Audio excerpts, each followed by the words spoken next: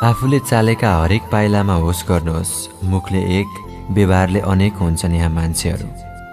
भाग्यमानी ती नारी हुन्छन् जसले आफ्नो पतिको माया, दुःख सुखमा रुन उसको काख पाएको हुन्छ।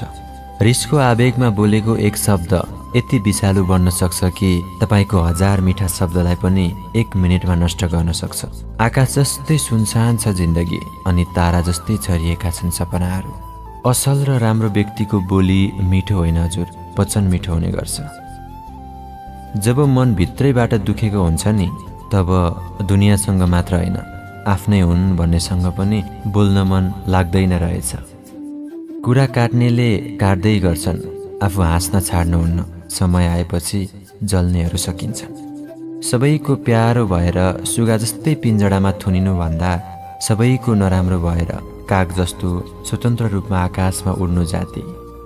नारी जति कोमल हुन्छन् नि, परि आएमा उत्तिकै कठोर बन्न पनि सक्छ। कसैलाई गिराएर हेपेर बोल्दैमा तपाईँ आफूलाई मान सम्झिनुहुन्छ भने तपाईँ जति गिरेको मान्छे कोही हुँदैन।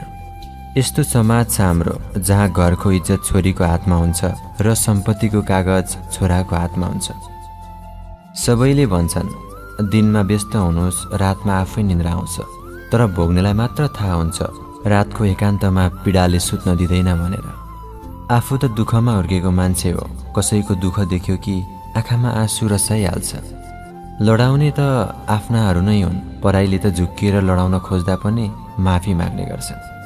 मनसँग माया गर्ने चलन त मुना र मदनको पालामा थियो, अहिले त पैसा र रूपसँग गर्ने गर्छ। पैसा सबै थोक होला, तर खुसी भन्दा ठुलो पक्कै होइन। साना साना खुसी पैसा भन्दा हजारौं गुणा ठुला हुन्छन्। जब माया गरेको मान्छेले धोका दिन्छ नि, तब ज्यानमा लागेको चोट भन्दा कैयौं गुणा मनमा लागेको चोट पीडादायक हुन्छ। जिन्दगीको भर त छैन, तर पनि भोलिको लागि भनेर हामी कति दौडधुप गर्ने गर्छौं। भरोसा र सिसा उस्तै उस्तै हुन्, एकपल्ट टुटेपछि फेरि पहिले जस्तो कहिले हुन सक्दैन। बाबा आमाको हात थाम्ने हिम्मत राख्नुहोस्, दुनियाँको पाउ सुने दिन कहिले आउँदैन। उमेर र जिम्मेवारी बढ्दै गएपछि थाहा हुन्छ कि आखिर आमा बुवा हरेक कुरामा सही हुनुहुन्थ्यो। विश्वास नगर यहाँ कसैको, सबैले आफ्नो स्वार्थ पूरा गर्न मात्र तिमीसँग आफ्नोपनको नाटक गर्ने गर्छन्। मलाई आफ्नाले नै सिकाएका हुन् यहाँ कोही आफ्ना हुन्नन् भनेर। समयले छुटाएकाहरूसँग त फेरि कुनै दिन भेट होला, तर स्वार्थले छुटिएकाहरूसँग त भुलेर पनि कहिले भेट नहोस्। 4 वटा भित्ताले मात्र घर बन्दैन हजुर, घर हुन त घरमा आमा हुनुपर्छ। मान्छेको पतन त्यति बेलाबाट सुरु हुन्छ जब ऊ आफ्नोलाई बर्बाद गर्न पराईसँग सल्लाह लिने गर्छ। बाँचुन्जेल हरेक दिन तस्बिर बदल्नुहोस्, मरेपछि त भित्ताको एउटै तस्बिरले युग बिताइदिन्छ। धन्न मृत्यु सबैलाई आउँछ, नत्र धनीहरूले मजाक उडाउँथे होला गरिब थियो मर्यो भनेर। मान्छेलाई आफ्नो पीडा सुनाउन छाड्नुहोस्, नभए यहाँ माया इज्जत होइन हेप्न थाल्दा रहेछन्। जति दुःख भए पनि आफ्ना सन्तानप्रति आमाले जिन्दगीभर 2वटा कुरा लुकाउँछिन्, एउटा आफ्नो इच्छा अनि अर्को आफ्नो पीडा।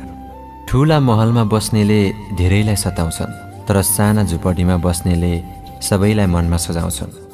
माया गर्नेहरू टाढिए पो मन दुख्छ, मायाको नाटक गर्नेहरू टाढिँदा त मन हल्का पो हुँदो रहेछ। आफ्नो खुसी आफै भित्र खोज्नुहोस्, किनकि रुवाउने, खिल्ली उडाउने, दुःखमा हाँस्ने त यहाँ पाइला पछि भेटिन्छन्। एक्लोपनबाट कहिले पनि नडराउनु, किनकि अरूको सहारामा बाँच्ने मान्छे सबैभन्दा कमजोर हुन्छ।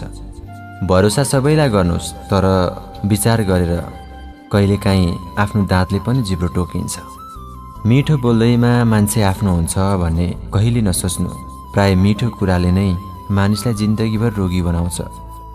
बाटो काट्ने बिरालो र कुरा काट्ने मानिस एउटै हुन्, थुथु गर्दै अगाडि बढ्नुपर्छ, कसैले केही बिगार्न सक्दैन।